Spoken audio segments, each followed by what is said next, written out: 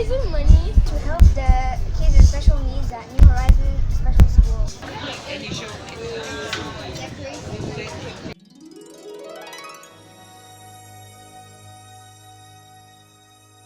Hi, I am Chief Barbara. I am actually the MYP and CAS coordinator at Al Rayyan International School, and we use conceptual and contextual learning to help teach big ideas to our students so they get a deeper understanding rather than just memorizing facts.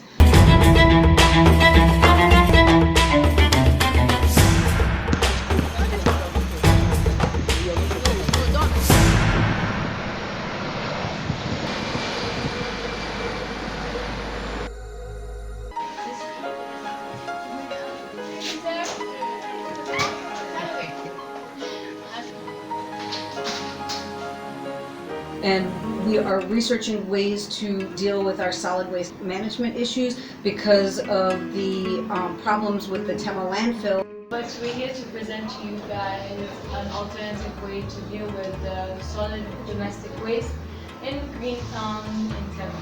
And how a 20-year landfill was already filled up in a period of 7 years. Waste management has become one of the biggest challenges confronting developing countries, including Ghana.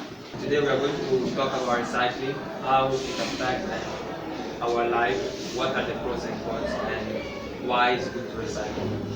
Carbon sequestration. Did you know that compost, if you add compost, it helps the ground to sequester more carbon? Do you know what that means? It absorbs more carbon. So within a period of 15 years, Accra has grown very rapidly, and this phenomenal growth has contributed to the myriad of municipal waste management problems facing the country. So as the population keeps on increasing, more waste is being generated, which is becoming a major problem in Ghana. So I have a pie chart which shows the percentage of the sources of the waste. So as you can see clearly, more than half of the waste is being generated from households. The next following one is the markets and commercial areas, followed by the institutions and industries, and then the other stands for agriculture and other waste. And then these are the main sources of solid domestic waste, which are mainly generated in residential, institutional, and then other municipal services. Only 60% of the 4,000 tons of solids was waste generated daily in the city, Accra. In being collected according to the studies, so there's an order, there's organic, which is almost 73.1%, and then inert, which is 10.5%, and then plastics are 3.3%, and then glasses are 1.5%, and papers 6.6, metals 2.1, textile 2.2, and then others. Some advantages of recycling are it reduces energy consumption, air and water pollution, and raw materials. It is environmentally friendly. For example, recycling papers might help to save more trees. Recycling reduces the emission of greenhouse gases and helps to slow down global warming. Reduce landfill because it reduces the trash we throw on the land. Some disadvantages though, recycling protocols are expensive at the beginning and not everyone thinks recycling is a good idea. Some of the waste we can recycle is plastic, glass, papers, cardboard, clothes, tires, batteries, tires, and appliances. Okay, I am going to interrupt there for just a moment. Is all of that's all possible for recycling? Are all of those possible to be recycled here in Ghana? Most of them are. 7 companies that are in this field and are able and have the machinery to be able to recycle. Basically, I take waste from what people throw away, wood shavings, corn cob, orange peels, and I create fragrance out of it. So I create things. Materials to be recycled are either delivered to a household recycling center or picked up from curbside bins, then sorted, cleaned, and reprocessed into new materials, this time for manufacturing new products. In Ghana, unfortunately, because we don't have a lot of companies that have the technology to recycle, we can only recycle 0.1% of the waste produced, meaning that all plastic waste generated end up in the environment or in landfill, causing more pollution and global. So the low percent is due more to people not contributing to the recycling process as opposed to Because the most of us ability. really don't think about the disadvantages. So yeah, we don't really take it as a negative aspect. Do you have any idea how much it would cost us to try to implement recycling? The only thing we will have to pay is for the transportation, so for the trucks to come to our house and collect our waste, and time we will recycle. So for example, have different days where to drop different materials. Maybe we have a plastic bin, a cardboard bin, and one for food, so that we don't mix it up. So these recycling companies don't charge us to turn our waste over. They charge us only for transportation. What other questions are there from town council members? How effective will this be with the population that does not really have enough information about recycling? Yeah, as I said, very hard. So until we don't try to educate people and make them understand how this is important, it won't be very effective in Ghana. Council members think. I have concerns on the people that will actually get their stuff to be recycled. How are you going to make sure that people know what exactly can and cannot be recycled? Or how will you make sure people will even separate their waste? See, it appears to me that another cost would be, a financial cost would be in the development of an educational and advocacy program. Accra and Kumasi alone, over 4,000 tons of waste are generated daily.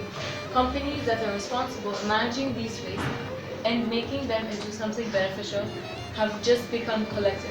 Like companies like Zoomlion, instead of them actually purposing most of the waste that is still in good shape and state, they often throw them in landfills or they do open fires and burn everything. Is it Zoomlion that does the open fires, or you're talking about the public in general? Everyone.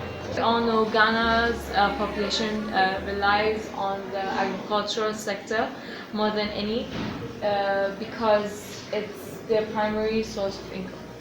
The types of solid domestic waste are food waste, agricultural waste, and hazardous waste. These hazardous waste, I'd like to focus on hospitals because there's so many medicine or syringes or chemicals that are being used with such high temperatures, nothing could survive. The science solidly supports waste-to-energy incineration. They say the technology is the best choice to deal with the region's garbage. Teresa Lalonde has that part of the story. This garbage would be in a landfill if Burnaby didn't have an incinerator. The city has been burning it since 1988. Recycled. Leather is burned, carpets, couches, and mattresses. You can't recycle products made of mixed materials, a running shoe, fabric, and rubber.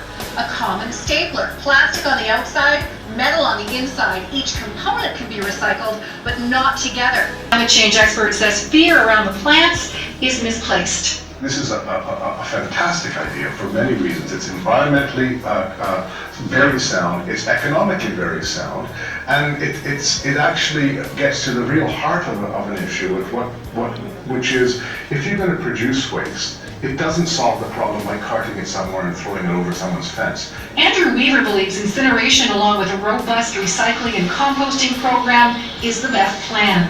Teresa Lalonde, CBC News, Vancouver. Could reduce waste volumes in cities where space is scarce. One of the most populated cities in the world. The city of Amsterdam has been incinerating municipal waste since 1990. One of the least GHG emissions in the West and in the developed countries. Actually burn the waste, we are reducing the sizes in huge quantities. Waste could generate energy, just like how we saw in the video. When we burn stuff, ash is left. One of our concerns were, even though ash is left, we still need a landfill.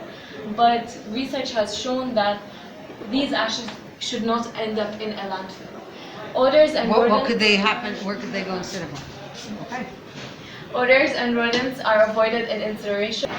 So precious materials can be found in leftover ash. It also saves transportation on waste, better control on noise, no methane gas is produced. As we all know, methane is produced when bioorganisms break down certain things. My understanding is that even at the end of the process, carbon dioxide will still be a gas that gets emitted. That is a greenhouse gas. So how much does that end up contributing to climate change issues? If you compare the incineration process and if you compare processes such as composting, landfills, you're always going to have carbon dioxide being produced by the trucks and the vehicles that will transport the waste, one, and two, they'll always have methane. These steam will be made into power and energy. Now, will that be enough to just run the incineration plant, or will we get enough energy from that that it can be used to provide energy to our power grid here in Greentown? Sweden is known to request from multiple countries to actually buy their waste in order to generate electricity. Now, even with all that said, we still have some cons. The incineration process or facility is actually quite expensive to bring or start or implement, and incinerators generate smoke. Also, harmful gases are emitted through these processes. Another problem that we realize in most incinerators around the world is that the people in charge do not separate the things that they're incinerating, because there's so much that we could recycle out of it. Family, we will be working with neighboring communities to give out, make sure we clean all these stuff that we have and give them out to people in need. So you want us to work as, again, providing jobs to people to help find items that can therefore be repurposed and useful in the community. Exactly. So the items, first of all, we sort them before we burn anything. We sort the plastics, metals, papers, glass, anything that we feel that could be reused. And the leftover waste that we can't recycle, we can't repurpose, we will compost. Like, for instance, food scraps and all of that. Our town council member, Sarah State, had presented on what we could do with the organics in terms of composting. That's an option. We were learning about solid waste management, and so I run that lesson, or the series of lessons, as a town hall meeting for Greentown, where I am the chief of the town, and the students are members of my town council. So as a municipality, we're looking at how we can manage our own municipal waste. And so students research different waste management strategies such as recycling, incineration, and again, landfill development. And we also will talk about composting as an option, and then decide which are the best options for our town of about 60,000 people.